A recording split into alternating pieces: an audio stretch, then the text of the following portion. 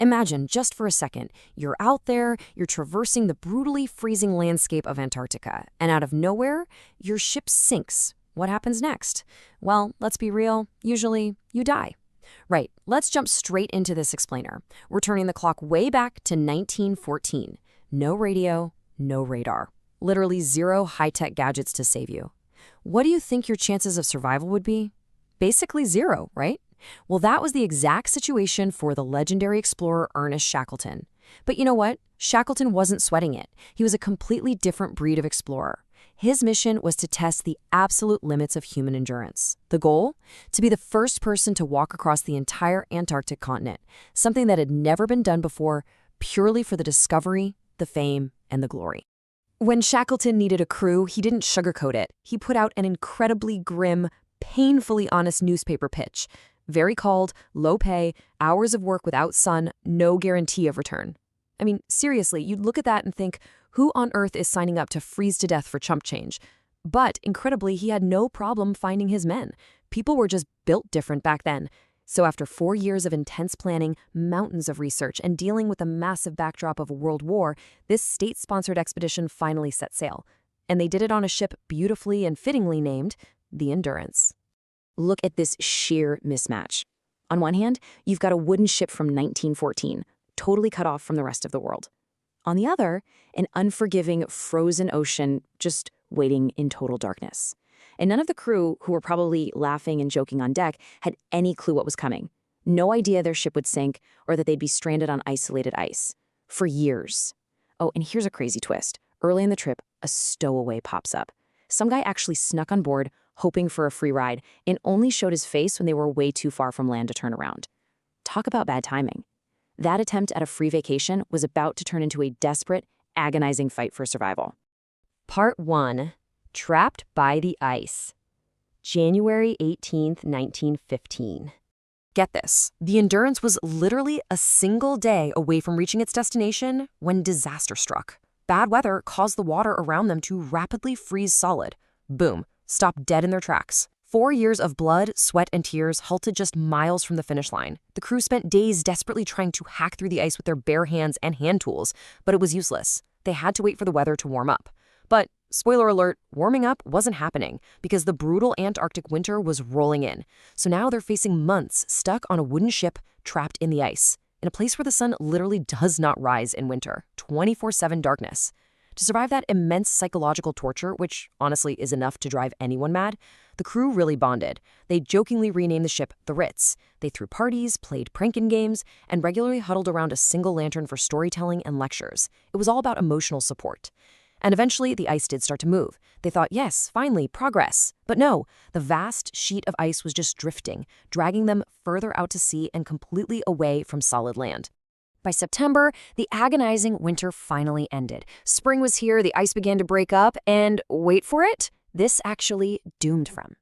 Those massive, shifting blocks of ice started moving violently back and forth, putting insane pressure on the Endurance. Even as a state-of-the-art vessel for its time, it stood absolutely no chance against the raw, crushing power of nature.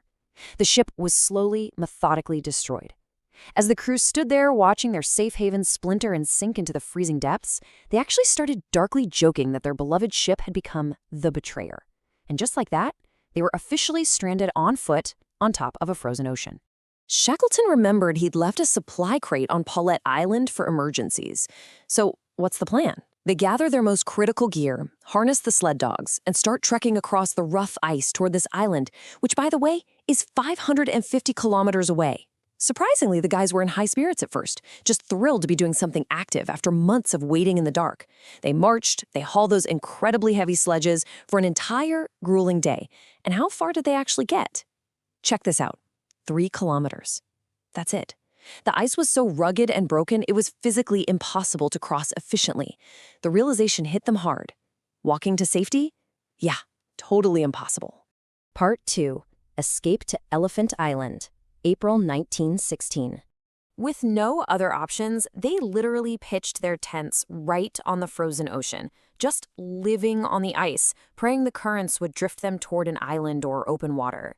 They camped there for months, but by April 1916, the ice floe started to melt and crack right beneath their feet. With fissures literally opening under their sleeping bags, Shackleton ordered everyone into 3 tiny lifeboats. The sheer misery of the Bransfield Strait ordeal is almost impossible to wrap your head around. They are navigating freezing, treacherous waters. At one point, a guy named Ernest Holness falls completely into the freezing ocean. Shackleton miraculously yanks him out in time. But you know what Holness's main reaction is? He is absolutely devastated that his tobacco got ruined. It's this wild moment of dark comedy amidst total desperation. The crew went 4 full days without a wink of sleep, permanently soaked, feet freezing, and forced to literally hang over the side of these tiny boats just to use the bathroom. Realizing their current trajectory was a dead end, Shackleton frantically shifted their course toward Elephant Island. But the conditions were just horrific. We're talking so cold that they had to manually chip ice off the boats constantly just to stop them from sinking under the weight. They were so intensely dehydrated their throats literally swelled shut, to the point they couldn't even chew the tiny scraps of food they had left. After 5 continuous days of zero sleep in a freezing open boat, absolute despair took over. One crew member, just completely broken and freezing to death, looked up and asked out loud, "Are we dead?" I mean, they were right on the very brink of losing their minds and their lives. But then, land. They finally spotted it. They dragged their battered boats onto the rocky, unwelcoming shore of Elephant Island. Now take a second and let this number sink in. 497. It had been 497 days since they had last touched solid ground. Imagine that. The physical and emotional shock of finally standing on land was so overwhelming that one crew member, Rickinson, instantly suffered a heart attack right there on the beach. Thankfully, he pulled through, but it just shows you the absolute devastating toll this took on their bodies. Part 3. The Impossible Ocean Crossing, Seeking Rescue. So they rest for a bit, but then the grim reality sets in. Elephant Island is nothing but a barren rock. 0 supplies, nobody knows where they are, and absolutely nobody is coming to save them. Shackleton faces an agonizing decision. He has to leave the vast majority of his battered, exhausted crew behind on this desolate beach and go find help himself. Let's look at his options. The closest populated spot is Cape Horn, 800 kilometers away. But the wind direction's down there. Taking a tiny rowboat that way was a guaranteed death sentence. So the only other option is to aim for the whaling stations on South Georgia, 1,300 kilometers away. He preps the largest lifeboat and takes 5 guys with him. Just imagine being one of the men left behind, standing on the beach, watching your captain sail away into the most violent ocean on Earth. You are putting your entire life, your absolute trust into his hands, with 0 guarantee you'll ever see him again. Shackleton and his 5-man crew were now crossing the Drake Passage. For context, this is arguably the single most dangerous stretch of ocean on the planet. They are starving, dehydrated, completely mentally drained, and they are battling literal monstrous waves. That tiny boat nearly capsized at least half a dozen times. The only reason they didn't die was Frank Worsley, their navigator. In those chaotic, fully overcast conditions, if Worsley's calculations were off by even 1%, they would entirely miss South Georgia and vanish into the endless open ocean forever. No pressure, right? Part 4. The Final Rescue, Landing on the Wrong Side. Miraculously, Worsley was spot on. Against all odds, they hit South Georgia. But there's a catch. They landed on the totally wrong side of the island. The whaling stations were all the way on the opposite coast. And taking that battered little boat back out into those killer waves, completely out of the question. Their only play was to trek on foot across uncharted, freezing, glaciated mountains. Shackleton knew this was do or die. The guys back on Elephant Island were waiting, and he felt the immense weight of their survival on his shoulders. So he grabs Worsley and Crean, leaving the other 3 too weak to walk, at the boat. Now look closely at their gear for this mountain trek. A cooking stove, 3 days of food, 50 feet of rope, 2 compasses, and 0 tents, 0 sleeping bags. If they stopped walking and fell asleep up in those freezing peaks, they wouldn't wake up. It was that simple. They had to push forward nonstop. So they climb, day and night. They battle jagged peaks. They're constantly taking wrong turns, and they completely run out of their meager food supply after just 2 days. Finally, on May 20th, right around 4 p.m., 3 starving, absolutely filthy men stumble into the whaling station. They were so battered, so physically degraded, they were completely unrecognizable. The men at the station look at them and ask who they are, and Shackleton's response was basically, "Read my name tag, old man." They did it. They actually did it. They found help.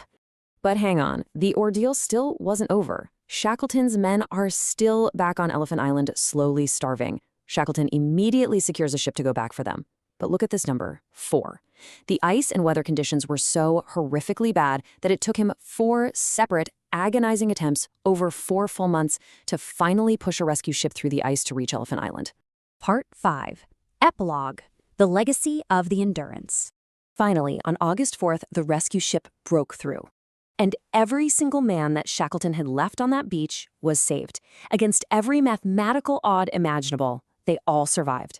And to bring this full circle, in 2022, 107 years after it was swallowed by the ice, the remarkably preserved wreck of the Endurance was finally discovered, resting in the freezing, pitch-black depths of the Weddell Sea.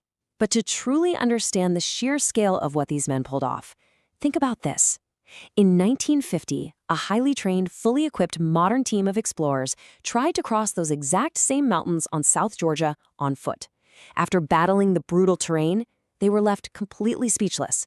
They literally could not comprehend how Shackleton and his 2 men managed to cross those peaks 40 years earlier, starving, dehydrated, and with half a box of matches. It really makes you wonder, doesn't it? In our modern age of supreme comfort and safety, have we completely forgotten the astonishing, unbreakable limits of human endurance?